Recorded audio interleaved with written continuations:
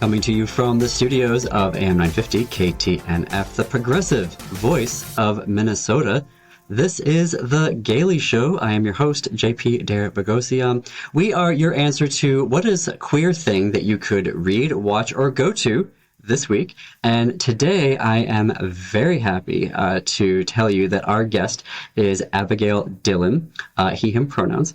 Abigail joins us from the Metropolitan Library Service Agency. So for all of you queer book readers out there, this is going to be a very fun conversation. So here we are, Abigail, Abby, welcome to The Gailey Show.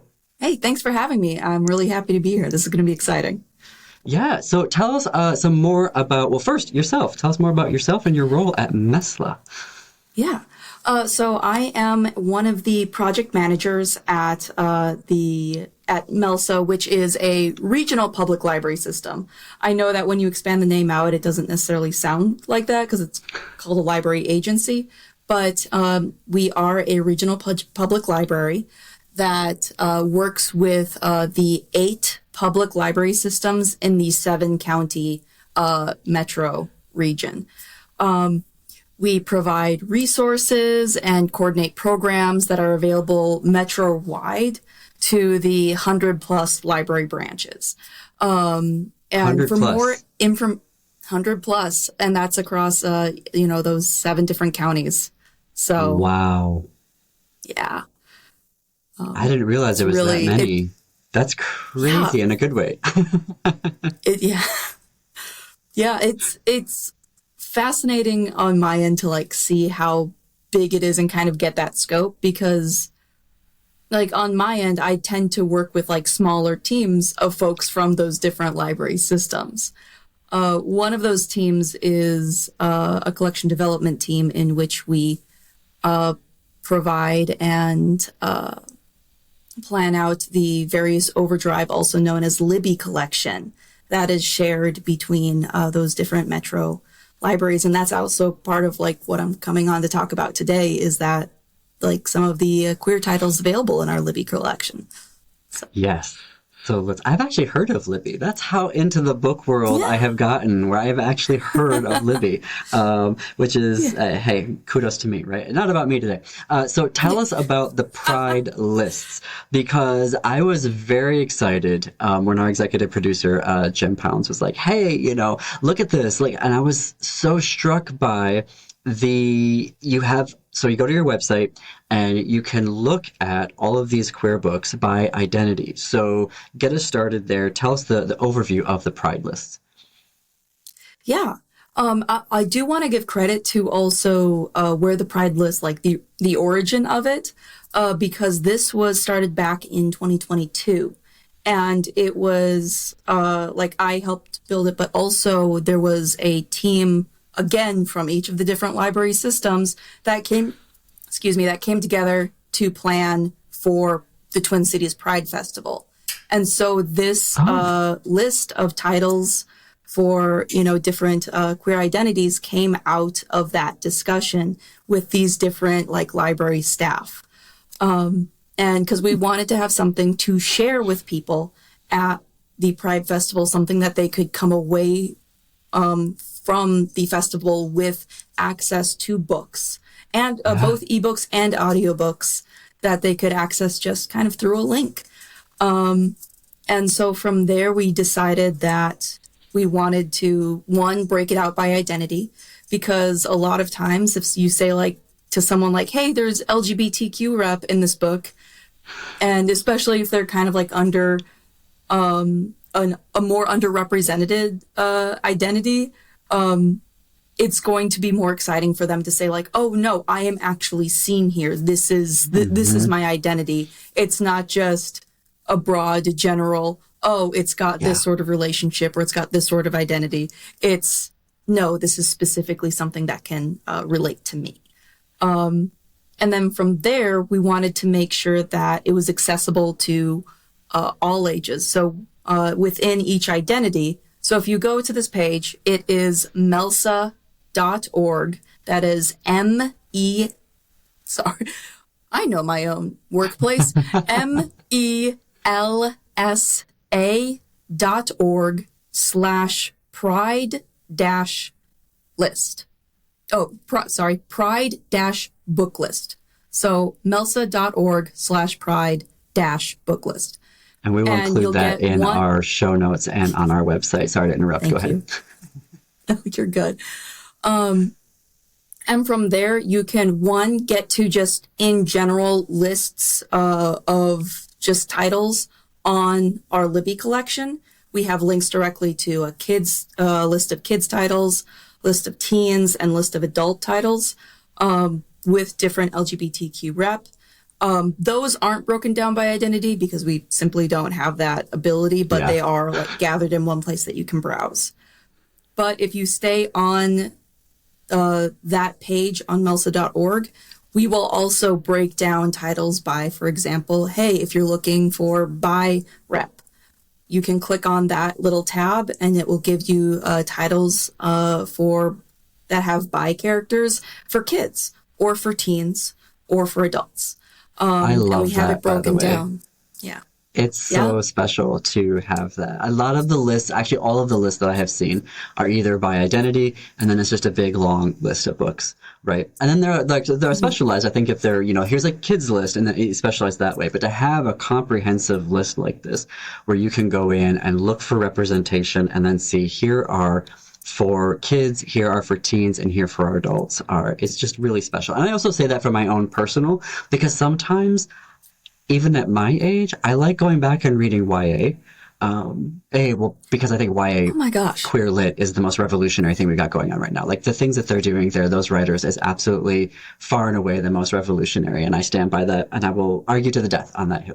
But sometimes I'm just like, I want to read those books to kind of get a sense of like, oh, this is like my younger self needs this, right now. Yes, I'm an adult, but my younger self could really enjoy reading this right now. And even I love seeing how kids' books, our queerness is being represented in them as well, even as an adult, because I'm like, oh, can you imagine what this would have been like if I would have had this, in fourth grade or sixth grade or kindergarten? So yes, I love that you all do that. Please keep doing that.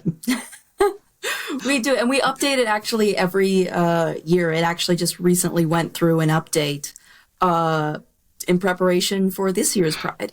So it's something that like we review every year to see like, hey, are there new titles? Are there things that like we want to like kind of switch out to, keep this list updated? So this is something that like yearly we keep an eye on to make sure that, we're including new voices every time. So it's really exciting. What is that process like now? Because we're in an amazing period where there are a lot of books being released, like every year, which is fantastic. And that's kind of why we wanted to have our show raised to kind of help people like flag, like here are resources and here to know that these things are coming out, because there is a lot of content, which is amazing. So how do you all, like, what is your process in terms of scouting and identifying the books that you're going to include in the Pride list? Well, a lot of it is going to be partnerships with the different libraries, because the folks like working at MELSA, I love my job, but like I'm also very much a background worker. I'm not kind of like up front and like interacting with folks. And so a lot of it's going to be like relying on the folks who work at the library and the library staff to be kind of keeping eyes and ears out. So every year when I get like my little Avengers team together to prepare for the Twin Cities Pride Festival, we will I'll reach out to them to be like, hey, are there new titles that we need to add? Is there something we need to update to the list? Are there titles that we missed? And I know that on my part, I myself am aromantic and asexual. And so just in my personal life, I do keep a little bit of my finger on the pulse of like different like aromantic and asexual representation that's coming out. And so that's also something that I get to contribute just from my own personal life. So it's kind of a blend of teamwork and also things that are important to me. So that is something that I did want to ask you, is about representation and for those identities, because we're finally starting to see literature being produced in those spaces. So do you have recommendations for our listeners? Oh boy, I do. So I've got some representation, recommendations, both in all three categories. Now, obviously, I'm not going to be able to say all of the titles. If you go to the Pride list, the Pride book list, you are going to find a lot more titles than the ones I'm going to mention here. But I do have like personal recommendations from each and every age range that we offer. So for kids, we've got a couple of titles. They're not a whole lot, but still, like you had mentioned before, just like anything to like go back and be like, hey, if I had this as a kid, it would have meant so much. It would have given me words for something that I didn't know. Like I knew was a part of me, but I didn't have the words for it, and I just felt different. So there were a few of the kids' books that I've read. There is Every Bird a Prince by Jen Reese. There is A-OK by Jared Green. There is Rick by Alex Gino. And you might know Alex Gino's work for also writing MELSA, which is a transgender kids book. So this Rick is actually, it stands on its own, but it also can work as a sequel to MELSA. And then there's Hazel's Theory of Evolution by Lisa Jen Bigelow. And these four titles I kind of wanted to highlight specifically because while unfortunately there's not non-binary protagonists in these books, at least we do get like two books that have boys as leads and two books that have girls as leads and as like, you know, the Arrow and Ace rep. So A-OK and Rick both have specifically focus on like on the journey of a boy kind of coming into his identity.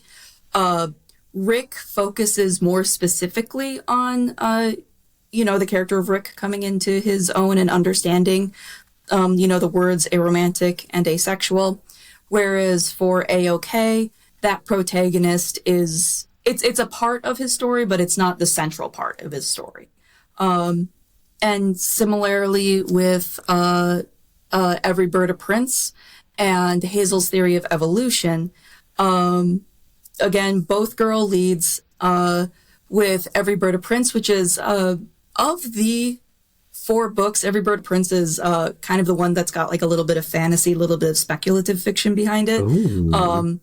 They're all coming of age, but this one is a little bit more of the fantasy style, and Every Bird a Prince does focus specifically on the main character coming into her identity and realizing, oh, there's words for me, there's words to describe me.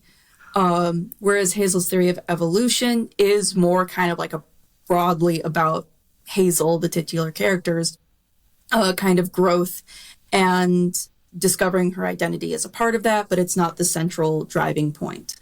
And I know that's like, there are different types of representation. Sometimes it's just nice to have a main character that shares your identity.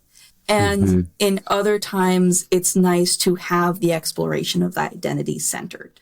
So you get kind of all aspects. You get different levels of that within these four books for kids. So those were the ones I'd recommend. Personally, Every Bird a Prince, like, hit me in my childhood.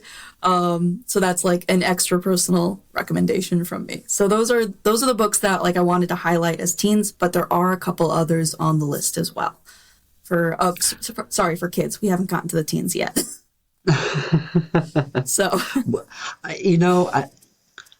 part of me, particularly when it comes to queer lit, I want to take that qualifier away of for kids.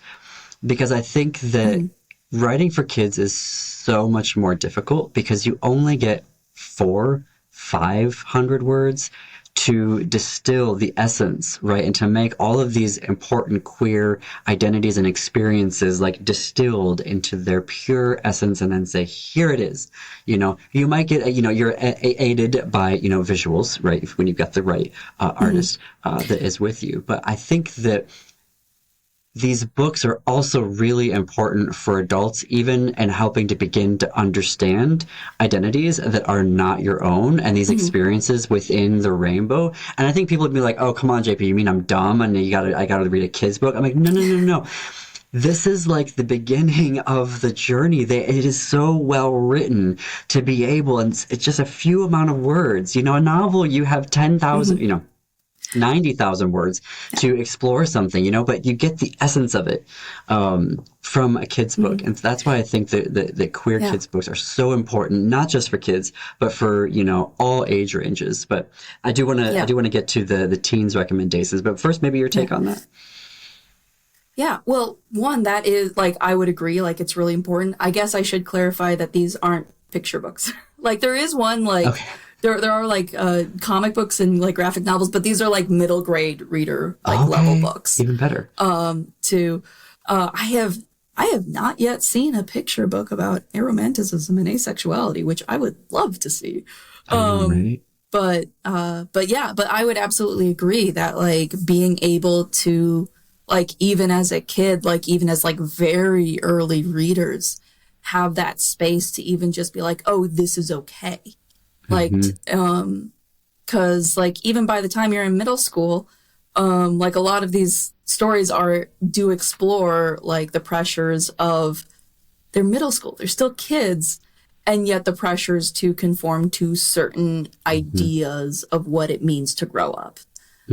So like even starting from an earlier age would be like amazing. Well, we are going to continue this conversation on our YouTube channel and everywhere that you stream your podcasts. For now, we're going to have to leave it there. So continue the conversation. Follow us on our YouTube channel at youtube.com/@thegailyshow or stream us wherever you get your podcasts.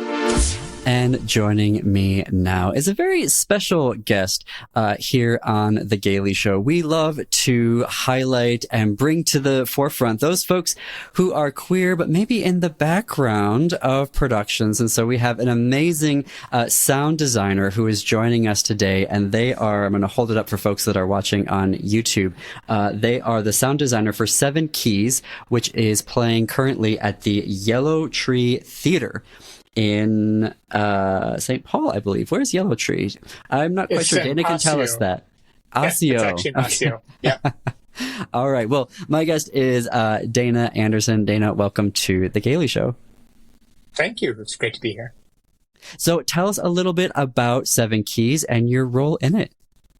Oh, happily. So 7 Keys was originally a screenplay back in the late 20s.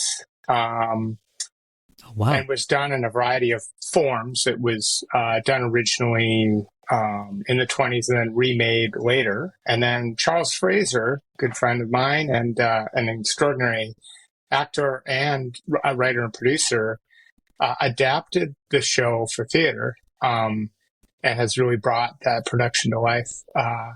And so this is his version of it, and he is one of the co-directors of the production. So what is the production like? What's the plot? It's got this great like black and white photo here. It's kind of a zany, wacky. How can I describe it? It is a mystery. Also with a lot of action. There's comedy in it. There's love in it. There's all kinds of things, and there's some definite twists to the plot. It takes place in a hotel in the middle of a storm, and then subsequently there is crime and misdemeanors and all kinds of other things going on. So it's a really entertaining show, very fast paced.